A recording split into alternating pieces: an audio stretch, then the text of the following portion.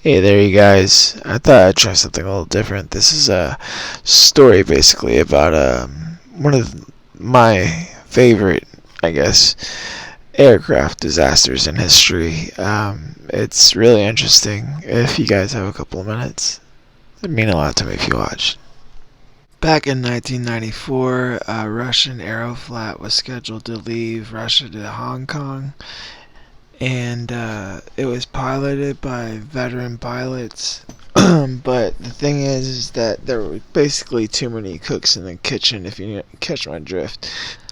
So there were too many captains. There was three different captains, but one was acting as co-pilot, the other was acting as first officer, and actually one of them was watching one of the other's kids on their first international flight.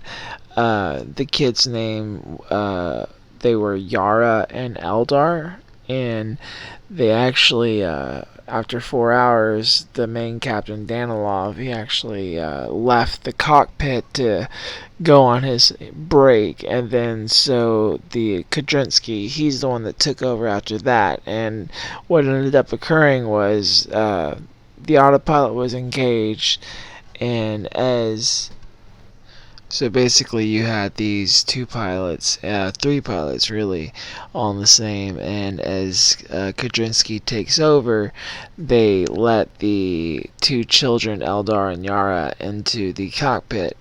And as the plane is under autopilot, they kind of let the kids take over.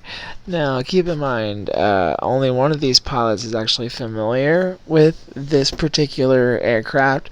Therefore, they were used to a different type of aircraft.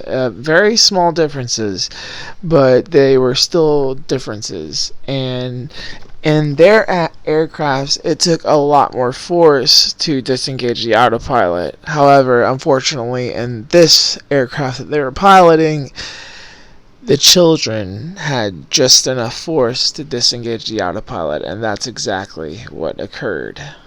So the autopilot senses this and increases thrust and pitches the nose up. This causes the plane to stall, and this happens.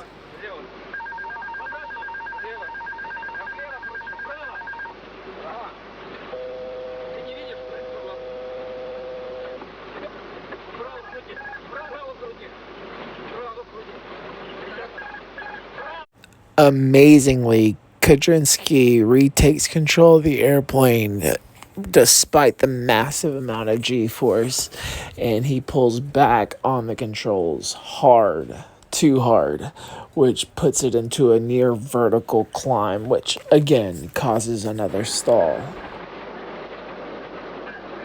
The passengers finally probably realize what's up and strap in for the ride of the rest of their lives, which isn't very long, unfortunately.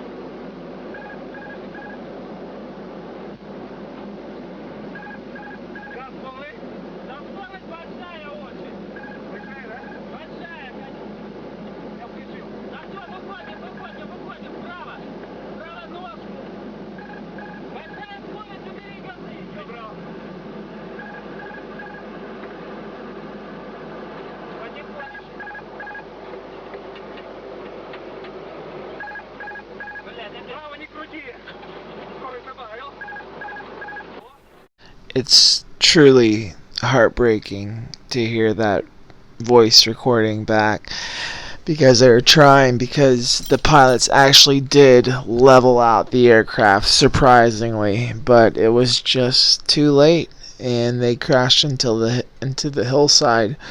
And out of the 75 on board, there were no survivors, including the children, unfortunately.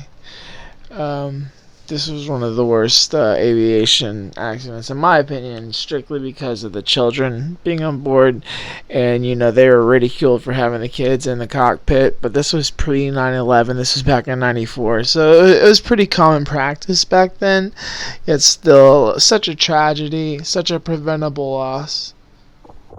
Truly, it is a heartbreaking story, but just keep in mind that air travel might seem scary, but it is the safest way statistically to travel.